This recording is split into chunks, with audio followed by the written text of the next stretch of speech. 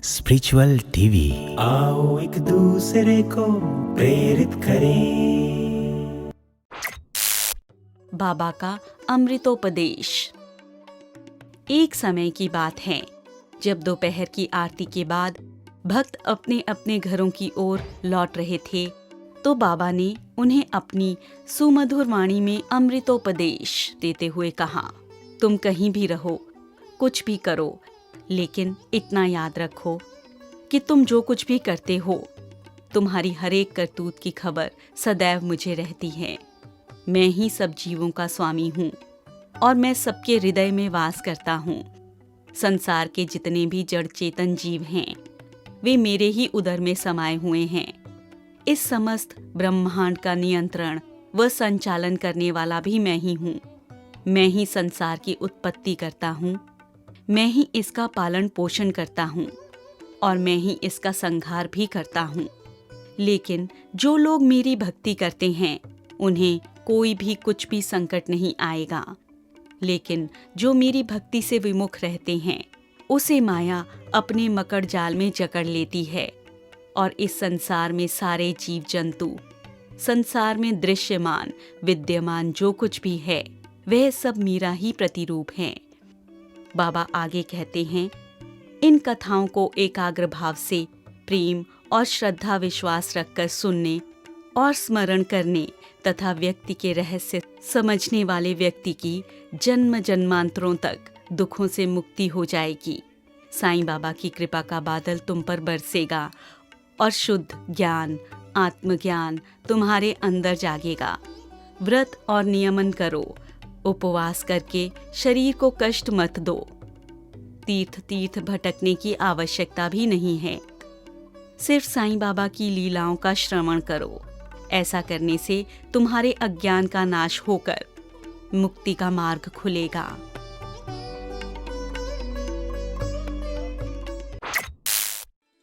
शिरडी के दिन राम नवमी का मेला।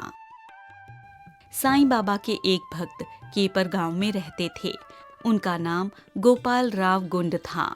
उन्होंने संतान न होने के कारण 3 विवाह किए थे, फिर भी उन्हें संतान सुख प्राप्त न हुआ। अपनी साईं भक्ति के परिणामस्वरूप उन्हें साईं बाबा के आशीर्वाद से एक पुत्र संतान की प्राप्ति हुई। पुत्र संतान पाकर उनकी खुशी का कोई ठिकाना न रहा। गोपाल राव गुंड को सन 1897 में पुत्र की प्राप्ति हुई। पुत्र प्राप्ति की खुशी में उनके मन में यह विचार आया कि शिरडी में कोई मेला या उर्स अवश्य लगवाना चाहिए।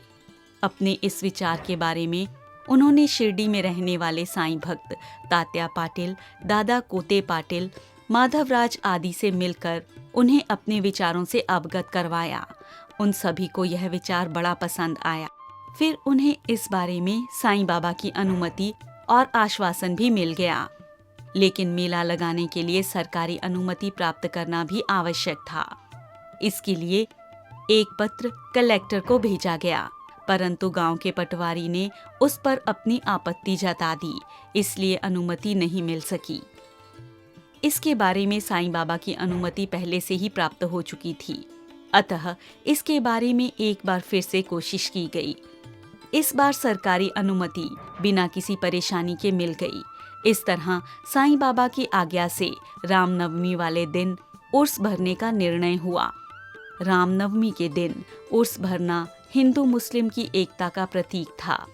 यह अद्यय पूर्ण रूप से सफल रहा। इस अवसर पर कच्ची दुकानें बनाई गईं और कुश्ती भी आयोजित की गई। रामनवमी वाले दिन साईं बाबा का पूजन, भजन, गायन, वाद्य यंत्रों से मधुर ध्वनि के साथ ध्वजों को लहराते हुए संचालन किया गया। उस दिन शिरडी में सभी दिशाओं से तीर्थ यात्रा इस उत्सव को मनाने के लिए शिरडी में आए। गोपाल राव गुंड के एक मित्र धूम अर्णा कासार, जो अहमदनगर में रहा करते थे, वे भी निसंतान थे। उन्हें भी साईं बाबा के आशीर्वाद से पुत्र रत्न की प्राप्ति हुई। इसलिए गोपाल राव ने उनसे भी उर्स के लिए एक ध्वज देने को कहा। एक अन्य ध्वज जागीरदार नाना साहब ने मोल करने दिया। दोनों ध्वजों को बड़े धूमधाम से पूरे गांव में निकालने के बाद मस्जिद तक पहुंचा दिया गया। फिर उन्हें मस्जिद के दोनों कोनों में फहरा दिया गया। तब से लेकर यह परंपरा आज तक उसी तरह से चली आ रही है। सन 1911 से इस मेले में राम जन्म का उत्सव भी मनाया जाने लगा है।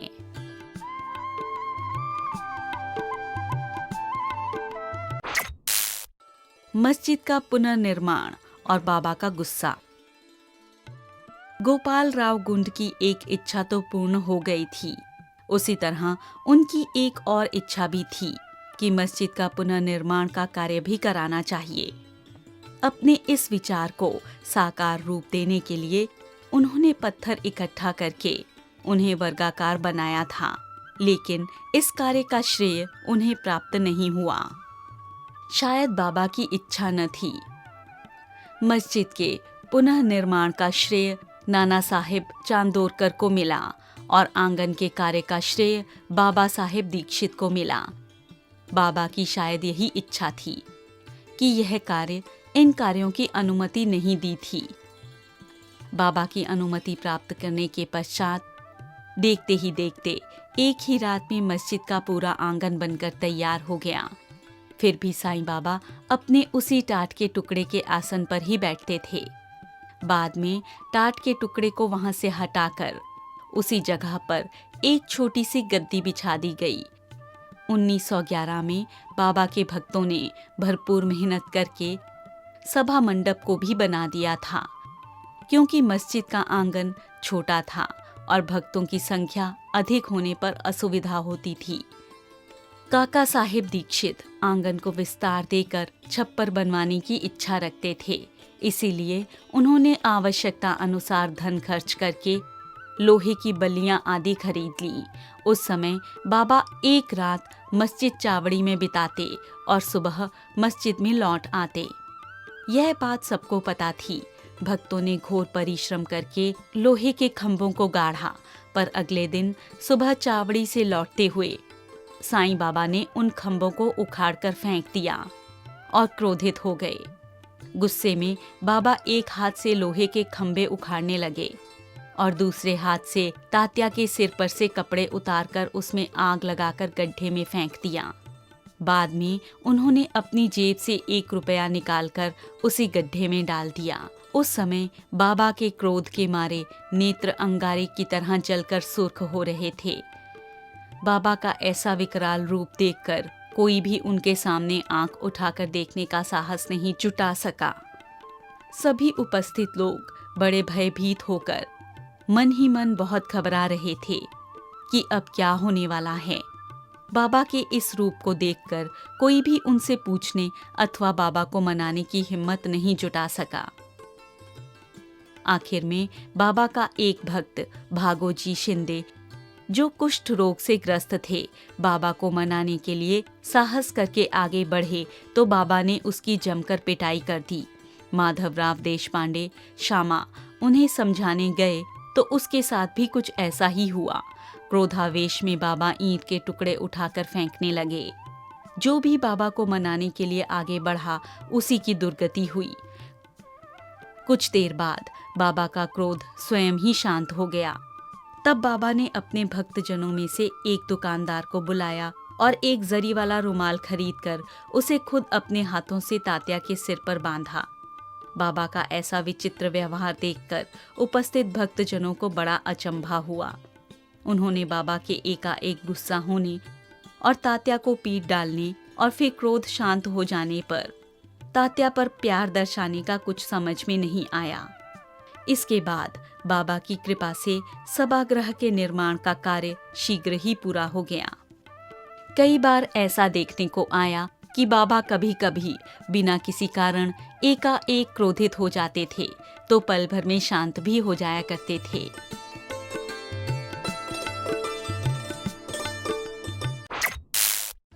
बालक खापरेड को प्लेग मुक्ति।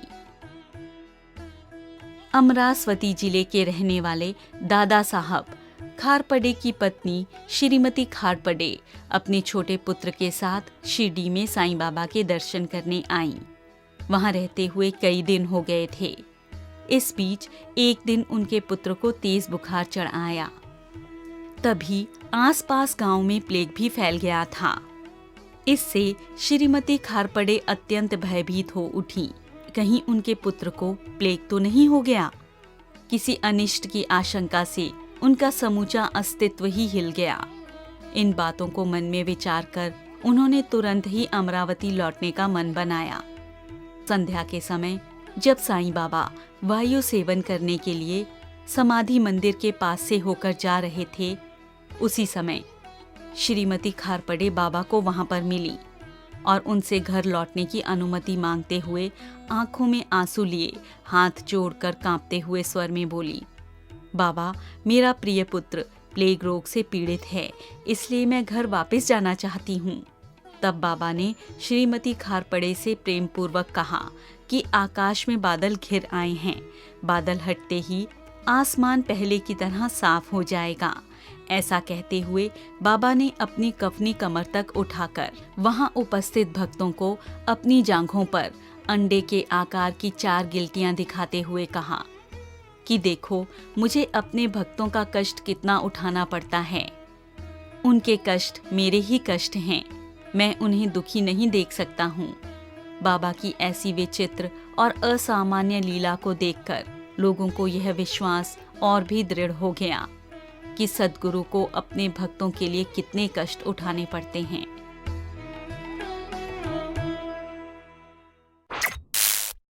साईं बाबा की दयालुता। साईं बाबा की अद्भुत चिकित्सा की चारों ओर प्रसिद्धि फैल चुकी थी। लोग दूर दूर से उनके पास अपना इलाज कराने आया करते थे। बाबा स्वयं कष्ट उठाकर दूसरों का कल्याण करते। बाबा की दयालुता और सर्वव्यापकता की चारों ओर चर्चा थी। यह घटना सन 1910 की है, जब धनतेरस के दिन बाबा अपनी धूनी पर बैठे आग ताप रहे थे और धूनी को और अधिक प्रज्वलित करने के लिए उसमें लकड़ियां भी डालते जा रहे थे। धूनी अपनी पूरी प्रचंडता पर थी कि एकाएक साईं बाबा ने अपने हाथ धूनी में डाल दिए। तभी बाबा के भक्त माधवराव देशपांडे श्यामा ने बाबा को धूनी में हाथ डालते देखा तो दौड़कर बाबा के पास पहुंचा और बलपूर्वक बाबा को पकड़कर पीछे खींच लिया।